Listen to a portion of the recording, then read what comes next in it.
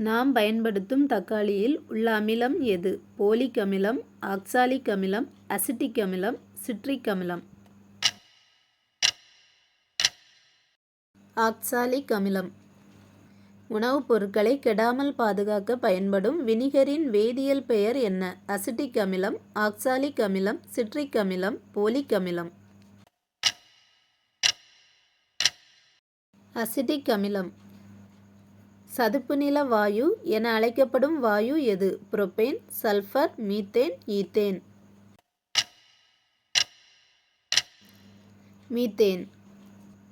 இயற்கையில் மிக கடினமாக கிடைக்கும் பொருள் எது? எஃகு, செம்பு, வைரம், இரும்பு.